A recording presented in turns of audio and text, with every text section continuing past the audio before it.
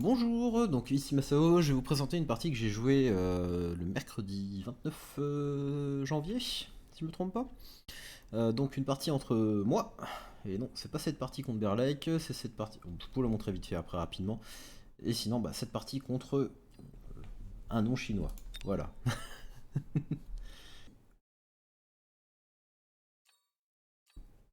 On va partir, voilà, du coup, on a les choix de spécialistes, on a serpic immédiatement le training spec avec Sledge Marksman. De mon côté, j'ai beaucoup hésité entre, en soi, le Marksman spécialiste, en partie, ou le speed spécialiste également qui m'intéressait. Ça, je pense que c'est pas si bien que ça, parce que le typhon il arrive un peu trop tard, et au final, ça marche pas. C'est pas mauvais, hein, mais c'est pas. C'est juste 300 décodes. C'est globalement c'est 300 thunes à la fin, quoi, au bout de round 4 quoi.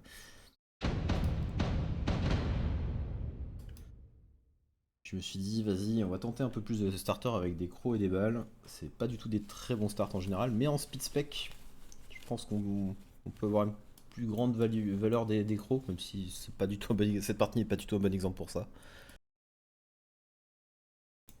Donc moi je vais me déployer sur un seul côté, au début, assez classique.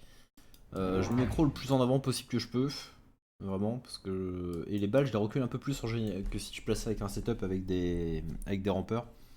Enfin, c'est un poil plus reculé, afin un peu mieux les synchroniser en soi. Un truc que je note sur la défense de mon adversaire, sledge vertical, très bien. Et vous allez voir dans le premier round, bon, il est tellement séparé que je vais gagner, hein, c'est un peu le souci, mais vous allez voir à quel point en fait sledge vertical a un grand intérêt quand même. Il a monté ce niveau de sniper ici, je pense que j'aurais dû mettre lui du milieu plutôt pour moins gamble son truc là. Moi perso je préfère un déploiement un peu plus... genre le sedge j'aurais peut-être le placer là tu vois. Et j'aurais placé l'autre du coup à peu près pareil là. Et les snipers un peu plus vers l'intérieur. En limite, pile poil extérieur pourquoi pas pour défendre un peu l'écran au cas où. Mais essayer d'attirer l'armée de l'adversaire qui serait ici vers mon sledge qui est là, afin que le sledge qui est ici défende également en fait. Et éviter la connexion sur la tour.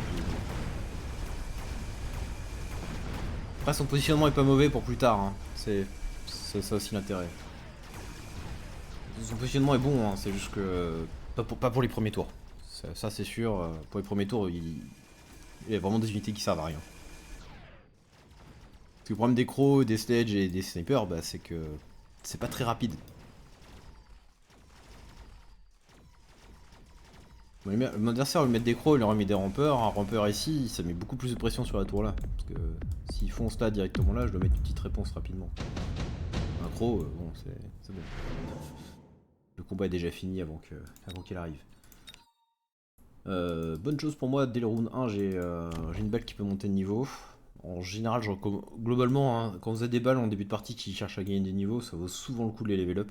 C'est pas simple à gérer au tout début de la partie. Et c'est une des manières pour que les balles puissent fonctionner dans le jeu en général. Actuellement, c'est vraiment, faut juste caser faut casse ball. Ah bon, faut vraiment qu'elle monte en niveau. Et que ça devienne vraiment pas gérable. Mais j'aime pas du tout j'aime pas du tout commit actuellement sur des balles hein, en général. Pour moi, de ce côté-là, au niveau des drops, Tarentul m'intéresse peu, même si techniquement, avec Speed Specialist, c'est plutôt pas mal du tout, mais j'ai déjà pris des Arclight et je pense que je vais continuer là-dessus plutôt. Dansab, ça fait très doublon. Dansab m'offre rien en fait, c'est ça qu'il faut se dire. C'est un truc tanky, ok, très bien, mais ça, c'est pas bon contre les sledge dans le sabre.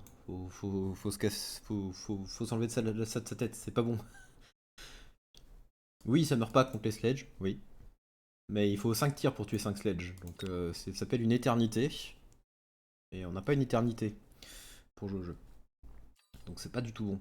Donc je préfère limite les deux autres choix qui clairement m'offrent une défense, déjà une protection entière, que je n'ai pas actuellement. Enfin, sauf si vous voulez considérer les crocs dedans, c'est un peu limité quand même. Farcir étant l'une des meilleures, le loin voyant en Farcir étant un excellent défenseur de flanc au cas où, hein, si j'en mets un ici, bah, bon, là ça devient très très dur pour mon adversaire de mettre un flanc. Pareil, si je fais ça pareil, j'en mets un par là, ça devient très très dur d'attaquer de ce côté-là. C'est une très bonne unité qui fait un peu n'importe quoi le Farcir. Et donc souvent c'est quand même ça a beaucoup de. C'est une unité que faut pas trop se baser dessus pour faire des choses. Pour que. Faut pas que ça soit ton carry de ton armée. Parce que si tu te bases trop sur tes farcirs, en général, c'est pas une bonne chose. Et une des choses aussi, c'est que si tu commences avec plein de farcirs, ils vont envoyer 5 roquettes pour taper le même rampeur ou ce genre de choses. Ils galèrent entre eux. Mais par contre, pour juste, mais juste quelques farcirs pour pouvoir tenir certains points sur ta défense ou sur ton attaque, ça fait le taf. Et ici, bah, un petit farcir qui va me permettre d'avoir un peu d'entière et donc empêcher un peu mon adversaire de faire un cheese avec de l'aérien et un farcir qui permet de défendre les flancs, etc. C'est une très bonne chose. Le phénix c'était une autre option qui m'intéressait, à peu près même emplacement d'ailleurs, j'aurais placé aussi par là. Pareil, hein, ça suit les balles, et là dans l'idée c'est pour situer les trucs là. La seule grande différence entre les deux c'est que bah, là ça offre un peu plus de clear, c'est plus solide. Le problème c'est que ça coûte 100 crédits de plus, mais c'était plutôt un bon choix. Pour mon adversaire, je comprends qu'il part pas sur 40 unités dans le sable parce que ça se fait un peu démolir par les balles d'acier. Et donc clairement, Phoenix, pas très intéressant pour lui, et Farseer fait à peu près le taf qu'il a envie. Hein. C'est pas du tout mauvais contre les... Enfin, c'est pas exceptionnel non plus, hein, mais c'est pas mauvais. Le Farseer est pas loin d'être mauvais également contre les unités médiums comme Sledge ou ce genre de choses que tu peux souvent tuer même des fois deux d'un coup. Enfin, d'un coup, faut deux attaques pour y arriver, mais on peut splash un peu des fois dans les Sledge.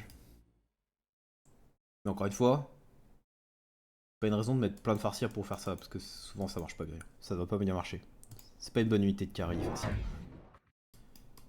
Et donc il rajoute d'autres sels verticaux. Bon, je fais un peu... C'est bien, hein. C'est une bonne défense. Hein. Au bout d'un moment, ça va trop ralentir et je pourrais pas passer. Je me dis que je mets un rampeur ici. Bon, vu qu'elle farcière, ça n'a pas très bien fonctionné, mais en même temps, limite, c'est quand même 300, c'est quand même 300 et 100 crédits. C'est comme 400 crédits qui sont occupés par un petit moment à taper là-dedans, donc c'est pas si mauvais que ça.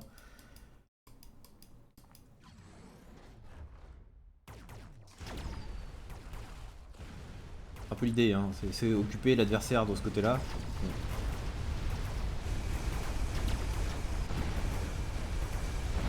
Ce qui peut essayer de nous laisser un peu de place vers le milieu et donc de pouvoir espérer connecter sur la tour. Ah merde.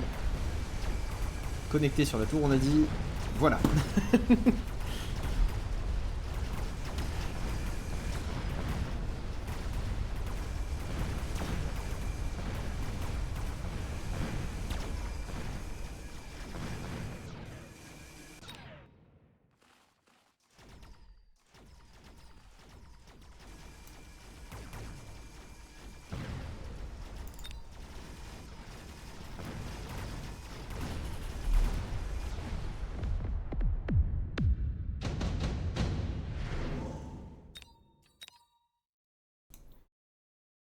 Eh bien, on arrive au round 3. Choix de carte. Cette carte là, c'est souvent un bait, faut rarement cliquer dessus. Hein. Sauf si vous avez déjà au moins 3 rampeurs que vous voulez level up et que ça vaut le coup de les level up. Donc c'est quand même vachement rare. C'est quand même très rare que ce soit une très bonne carte ça. Encore, additionnel déploiement, c'est clairement les deux choix qui m'intéressent le plus. Barrière, c'est un très bon item, hein, mais ça demande de poser des géants. Et c'est souvent plus un truc qu'on va jouer en défense, enfin en défense ou en standard qu'en aggro pur. On a moins de géants qui sont des bons porteurs, on va dire de barrière. Et donc clairement, j'hésite plus entre déploiement ou encore, hein, clairement de mon côté. Parce que mettre l'objet là sur cette balle là, ça serait pas trop mal. 50% de stats en plus, c'est comme si c'était une balle niveau 3 hein, globalement. Pour l'instant, c'était vraiment pas mauvais. Après, je me dis, on est très tôt dans la partie, le déploiement, c'est pas mal, et je suis pas sûr que j'ai envie de continuer d'en mettre dans mes balles d'acier. C'est un truc que je me dis aussi déjà, hein, déjà à ce moment-là, je me dis, les balles d'acier, on risque de les dégager. Les raisons pourquoi je risque de les dégager, elles sont assez simples. Mon adversaire est en train de mettre un truc qui me ralentit de plus en des sledges, il met plein de sledges à la verticale et tout, c'est joli, hein, techniquement, et ça me ralentit beaucoup. Je suis vachement ralenti, mes balles ne contre rien en face actuellement. Elles sont juste solides, mais elles contre pas grand chose. Elles contre vraiment rien actuellement. Et s'il commence à partir sur des géants ou ce genre de choses, avec intensive training, il y a un moment où il met juste un Vulcain 2 et mes balles meurent aussi, donc c'est. Je sais que c'est pas un truc que j'ai envie de commit dedans. Il a déjà. Techniquement, je suis content de mes balles d'acier. Ce qu'elles ont fait comme boulot, c'est de mettre des sledges à la verticale pour mon adversaire ici et que ça soit le truc. Maintenant, il faut que du coup je mette le truc qui défonce les sledges à la verticale. C'est un peu ça l'idée, hein, dans ce que je me dis là. C'est mes balles, leur taf qu'elles ont fait, c'est forcer ça. Une des réponses possibles dans ma tête, c'est du coup potentiellement transitionner très rapidement Scorpion. Probablement, genre vendre les balles, scorpion, portée, paf, on tue tout ça, c'est une des options que je me dis. Autre option possible, c'est hacker. Pas mon option de cœur, hein, clairement, mais une option que j'envisage. Je passe ma tour niveau 2. L'arclight va pas rester là du coup. Au début j'ai recruté un arclight, je me suis dit ah, je vais mettre ça pour potentiellement défendre des trucs là, puis je me suis dit non attends, je vais pas suivre ma tour 2, je mets l'arclight par ici. Il n'y a pas encore de pack de rampeur ici, hein, mais le pack de rampeur là va du coup tuer celui-là. Et l'idée c'est un peu d'attirer ce qui est ici par là et essayer de laisser plus de place au milieu. Mais ouais, avec le sledge qui a été rajouté ici, vous allez voir qu'on va commencer un peu à galérer. Vous voyez le rampeur là du coup il vient là. Voilà, je veux dire, vous voyez, on galère à tuer les sledges. Hein.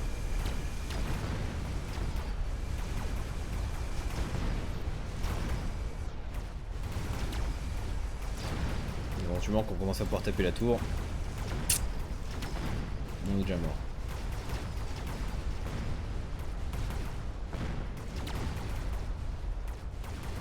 On est déjà mort. On prend la tour, hein, on prend des trucs, hein, et on perd le round.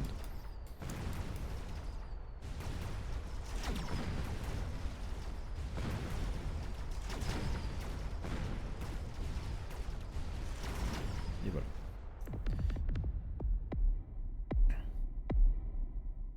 Donc là, on arrive clairement au moment où je me dis, voilà, là c'est important, faut que je mette un truc pour contrer les sledges. On arrive sur ce round 4 au niveau des choix de cartes. External Range Phantom c'est clairement pas une option. Bon, c'est très dur à utiliser hein, cette carte. Globalement, j'ai pas encore trop. J'ai eu quelques parties intéressantes à un moment, mais ça demande d'avoir la portée déjà sur ces Phantom Ray globalement dans les techs. Ce qui n'est pas le cas de beaucoup de personnes. C'était le cas pour moi, mais c'est plus le cas maintenant.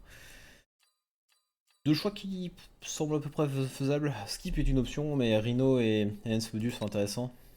Mon adversaire va clairement cliquer sur Enhance Module. S'il joue bien, il clique sur Enhance Module tous les jours. Et je pense que parce qu'il joue Intensive Training en fait. La combinaison des deux est tellement forte qu'il n'y a aucune raison qu'ils ne prennent pas ce module en fait. En connaissance de cause, du coup, c'est vrai que j'aurais peut-être pas dû faire ce que je vais faire. Je vais prendre le Rhino de mon côté. Mais je pense pas que c'est un bon choix. Et mon adversaire va commencer à faire plein de trucs avec ce module du coup. Ça, je suis. Là, il a perdu 50 crédits pour l'instant. Et beaucoup plus avec l'Ennis module. Mais éventuellement, au prochain tour, s'il veut, il pose un géant et il le level up directement au niveau 2 avec intensive training. Et du coup, son item coûte quasiment 0 à ce moment-là. Vous voyez, c'est ce genre de choses. Alors, il met sur son farcir. Si je me trompe pas, il va level up naturellement. Donc, il va le passer niveau 2, puis le level up et le passer niveau 3 probablement au prochain tour. C'est ça l'idée. Hein. Il aurait pu ne pas le poser. Hein. Mais bon, il sait qu'au pire, il intensifie dans tous les cas de celui-là. Il revend et il met ça ailleurs. Et donc ouais, c'est ce moment là que je pars hacker, je revends une balle d'acier, je pars sur hacker niveau 2, surtout que c'est bah voilà, je mets hacker niveau 2, j'ai pas encore de tech. Lui il commit plus sur les farcirs. Chose que j'ai dit que je recommandais pas. Cependant c'est pas si mauvais que ça hein, contre les balles. Hein. Une fois que l'adversaire ralentit, c'est pas trop mal quand ça peut taper dans les balles d'acier, genre de choses, ça c'est pas si mauvais. Je suis pas fan mais bon. Et ouais, ce Rhino là en défense ici, du coup, moyen.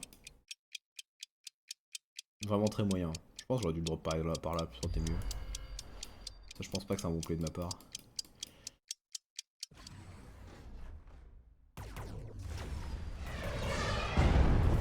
C'est pas mal hein, ce qu'il a fait avec ce pack de rampeur. Souvent d'ailleurs on peut même faire un move beacon qui va ici puis par là. Afin de vraiment amener toute l'armée. Enfin ça à partir du round prochain. Hein, mais amener toute l'armée très très loin et si on disait synchroniser cette partie-là de l'armée.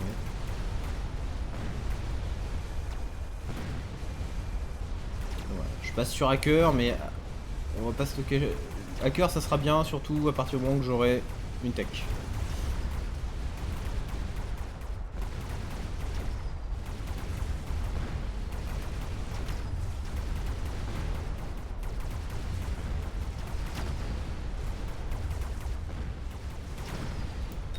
Il peut level up, c'est ça.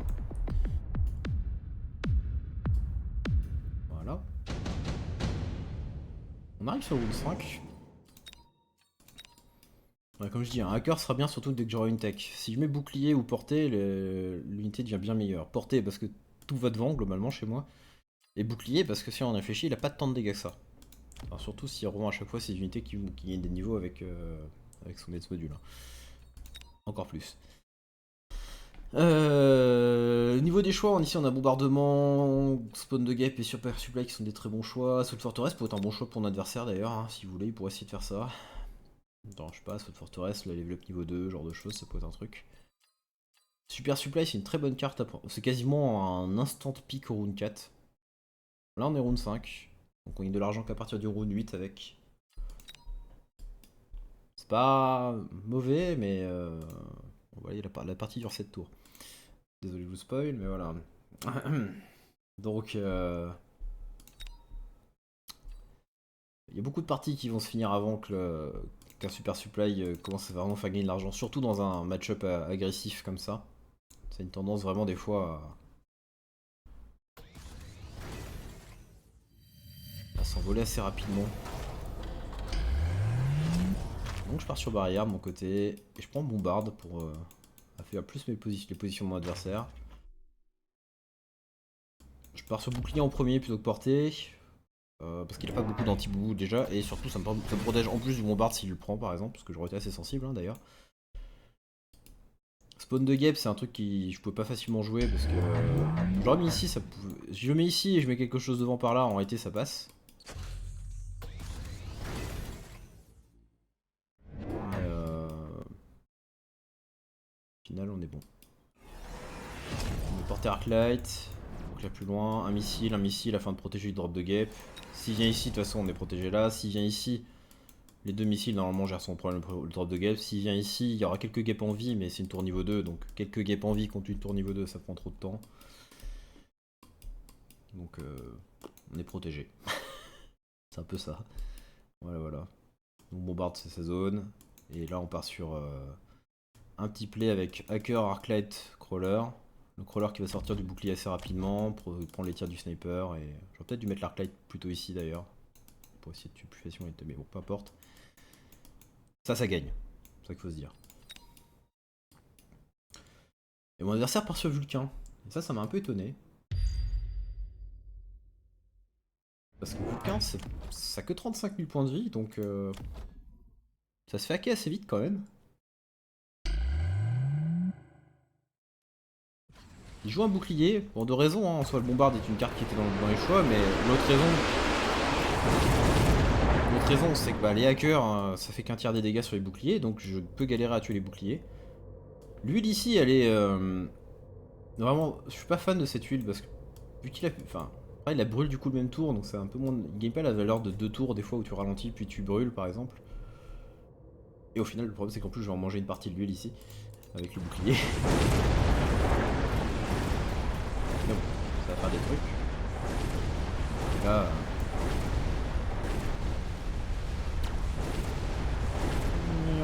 Mon Vulcain, il est à moi. Il est à mon armée à moi.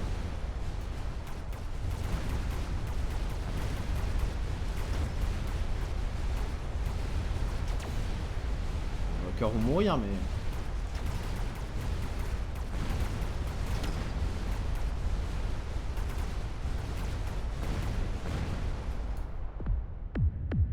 Ah, c'est bien d'avoir d'avoir des Vulcains.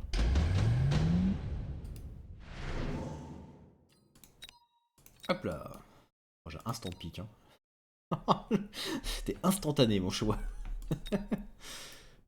Un truc que fait mon adversaire, il va vraiment vouloir abuser un maximum de son Ensevedule en fait. C'est un peu le truc. Il pourra en prendre un deuxième s'il veut. Non, il n'y a pas de deuxième, c'est un super rivière mort, ça n'a rien à voir. Mais après, en soi, il a pas tort, hein. Revendre les sledges, ça se comprend ici. Mais faut bien se dire que le souci de vouloir de gagner de l'argent avec ce truc-là, et combiné avec Intensity Training en général, c'est que du coup, ça vous coûte en nombre de déploiements également, hein. Donc, à chaque fois que vous vendez une unité, vous perdez un déploiement en soi. Vous gagnez de l'argent que vous pouvez remettre ailleurs, c'est cool, mais ça fait éventuellement. Au bout d'un moment, en réalité, ça fait une armée qui a moins de déploiements. Et c'est pas forcément une si bonne idée que ça d'avoir moins de déploiements contre hacker. Parce que des manières de contrer hacker, c'est soit d'avoir. Quand t'as beaucoup de chaff par exemple, C'est très bien contre hacker. Donc perdre du déploiement, c'est potentiellement perdre du chat, c'est potentiellement moins de chaff, moins de choses, etc. Donc ça peut être un peu le problème. Mais c'est logique de revendre des sledges, hein. Je vais pas... c'est pas normal du tout là, je veux dire, c'est tout à fait logique. Revendre le sledge, level up celui-là, revendre celui-là au prochain tour, level up celui-là, revendre celui-là au tour d'après, c'est un peu l'idée. Hein. Tu peux quasiment revendre tous ces sledges au fur et à mesure, gagner de la thune dessus, et peut-être à un moment, si un Vulcain qui level up, passer le Vulcain directement niveau 2 puis 3 avec intensive training, par exemple. Il y a plein de trucs qu'il peut faire, et donc c'est pour ça que c'est un excellent objet pour jouer quand on joue training spécialiste. Voilà, voilà. Au niveau des choix de cartes ici, Improve Firepower, Bombard, Extended Range Vulcain et Super Heavy Armor. Il pourrait tout à fait chercher à jouer Super Heavy Armor sur un Vulcain et essayer de le level up au tour d'après avec intensive, genre de choses sur un Vulcain très très gros. C'est bien. Ça peut être bien. Maintenant, je veux se dire qu'un truc que j'envisage déjà de base ici. Je sais que ma composition galère peut manquer de dégâts, surtout contre les boucliers. Et j'envisage déjà dans ma tête de me dire, je pourrais faire point de fusion. Pas maintenant, parce que pour l'instant j'ai d'autres choses à faire sur mon terrain, mais clairement j'envisage de me dire, je pourrais peut-être faire point de fusion à un moment. Là, j'ai envie de mettre portée sur mes hackers déjà, donc voilà, il y a déjà 500 crédits qui passent là-dedans, voilà. Mais si à un moment je galère, j'envisage clairement de faire point de fusion pour pouvoir tuer les boucliers adverses, commencer à taper les trop gros trucs et les hacker derrière avec. Donc c'est...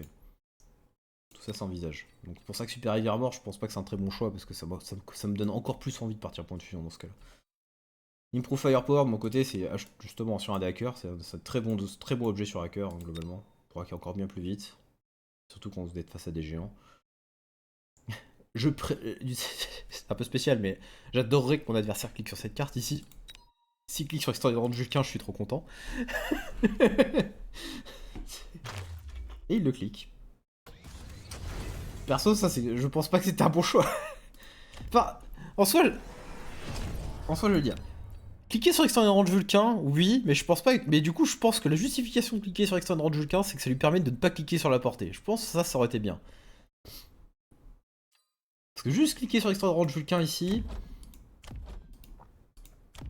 Je sais pas. Ouais, tu tapes point, mais bon. Je suis proche quoi. C'est un peu ça. C'est ouais, tu tapes point, mais vas-y, t'as que 23 000 points de vie. Tu vas te faire hacker tellement vite. Je sais pas si t'as envie de faciliter le hacking. Et je pense pas que la portée du coup est un bon choix. Je pense qu'il pouvait peut-être prendre la carte, mais pas mettre portée du coup. Justement, se dire que ok, je perds des PV, mais du coup, ça me permet de mettre une autre tech.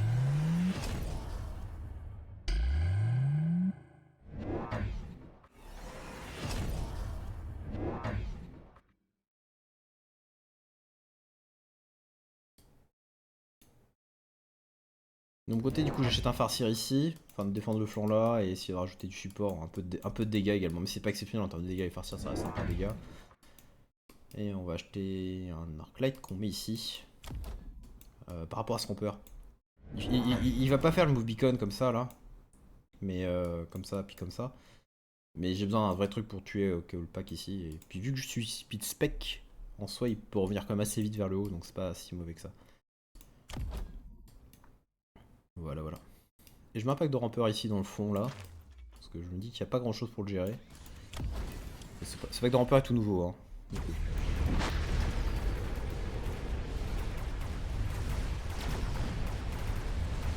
Enfin, l'idée c'est de toute façon c'est d'attirer des choses. Hein. Maintenant voilà, il a rajouté un bouclier, il a mis un vulcain, il a mis plein de choses de ce côté. J'ai revendu le rampeur là-haut de mon côté. Parce que maintenant il nous restait juste un Arclight pour rien faire. Et en plus avec l'argent ça me permettait de level up mon farcir niveau 2. Si on fait une sim un peu plus solide, mais surtout la vitesse du hack là. Pas sûr.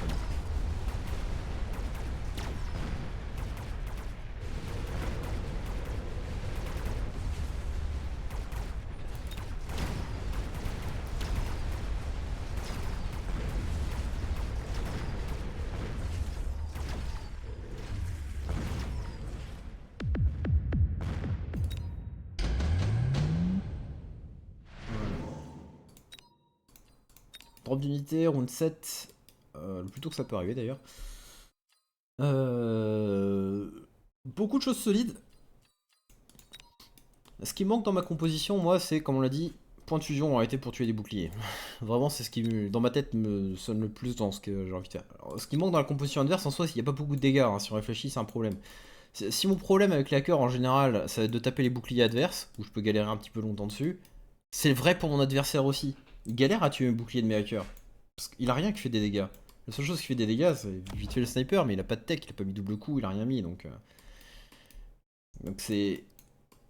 On a deux compositions qui au final manquent un peu de dégâts contre les boucliers. Et lui manque de dégâts du coup même un peu en général si on veut. Mais... Du coup, Rhino et Sandworm sont des options complètement assez vraiment très très fortes ici, hein, si on réfléchit. Un Rhino, là il passe, ça me tue jamais, sauf s'il clique sur Ignite évidemment. Et c'est un peu pareil de l'autre côté, si lui met un Rhino là, il peut foncer sur ma tour, il n'y a pas de souci. Pareil avec Sandworm, il peut potentiellement réussir à un truc qui va jamais se faire hacker et passer. Donc j'imagine, moi dans ma tête, quand je vois ça, quand je vois ce pack là, je me dis, mon adversaire va pas partir sur Typhon, parce que Typhon clairement ça va être juste une cible de hack, et ça coûte trop cher de mettre juste barrière pour les Typhons, et puis elles sont pas si élevées que ça les barrières des Typhons, donc ça quand même moi très vite. Mon adversaire, je pense pas qu'il veut partir Forteresse non plus, parce que même si c'est pas si... Forteresse bouclier serait pas mauvais hein, contre ce que j'ai, mais... C'est cher. Souvent Forteresse ça demande plusieurs tours pour gagner, donc c'est pas le truc. Et puis s'il fait ça, globalement ça me justifie encore plus de partir sur les melting au prochain tour. Parce que c'est vraiment ce que je me dis en tête depuis tout à l'heure. Et donc je vois bien mon adversaire partir sur Sandworm ou Rhino.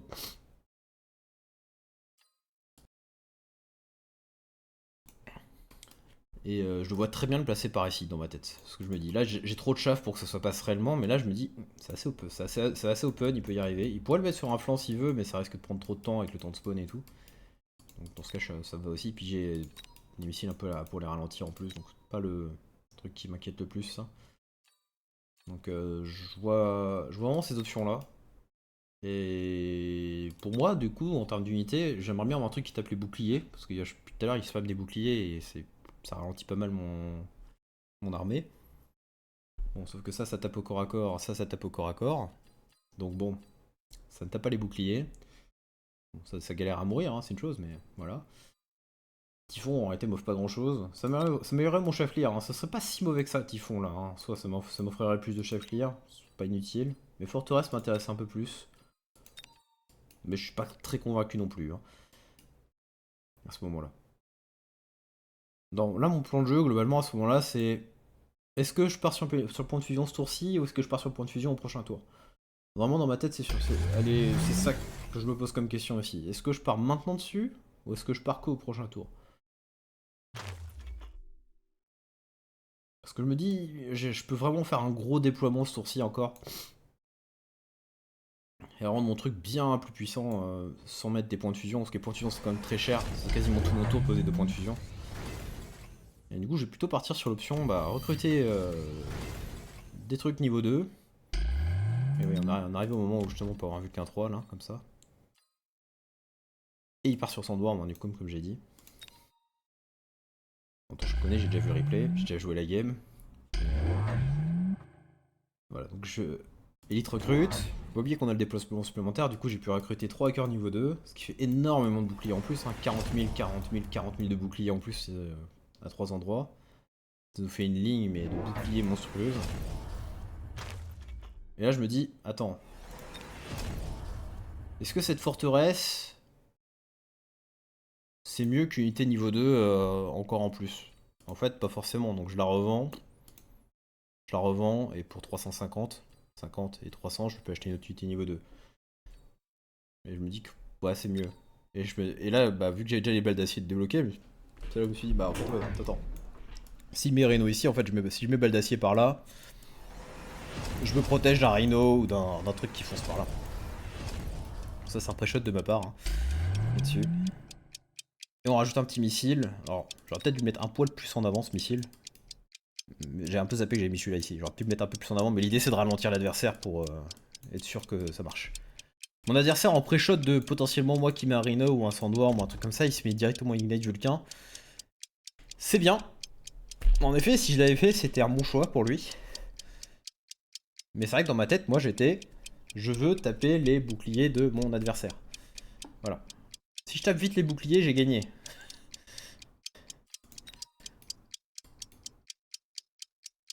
Donc j'ai pas 8 points de fusion certes.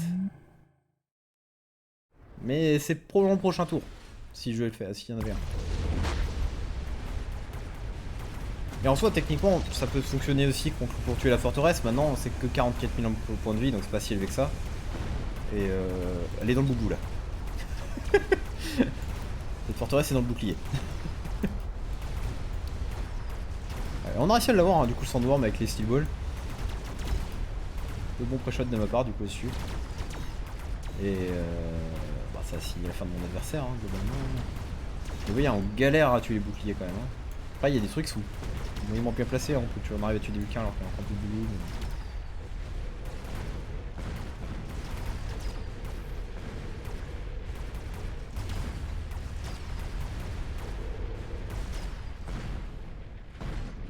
Voilà.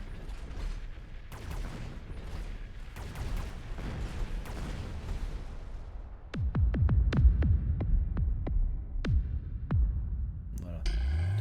1855 dégâts. Je vais vous montrer une autre variation du dernier tour. Imaginons que je partais sur... Tout à l'heure je parle des points de fusion. Mais imaginons que je pars sur un objet plus furtif, plus point de fusion. Je vais faire un truc dans ce genre là, je pense.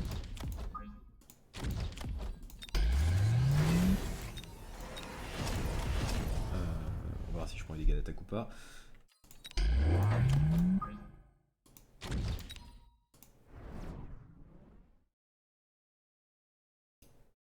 Et...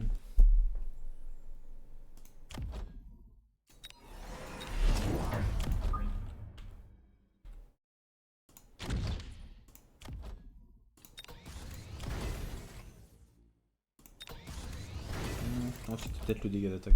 C'est peut-être plus les dégâts d'attaque que le Starlight. Bon. Pas trop le truc. Est-ce qu'il y a un missile à mettre? C'est que ça boue un peu partout, donc pas vraiment. Missile ici, c'est plus pour clear plus vite ça pour qu'on armée avance devant.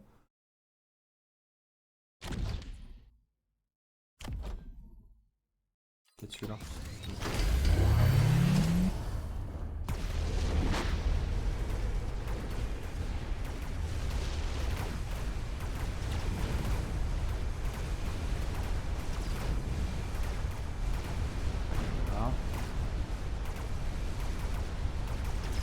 C'était pas inintéressant point de fusion ce tour-ci également parce qu'on savait qu'il y a probablement peut-être avoir un truc qui peut être très gros également qui arrive de ce côté-là. Vous avez plusieurs raisons de le faire. Et ok, on perd ce côté-là. Vous allez voir, hein, ça fonctionne aussi. Hein.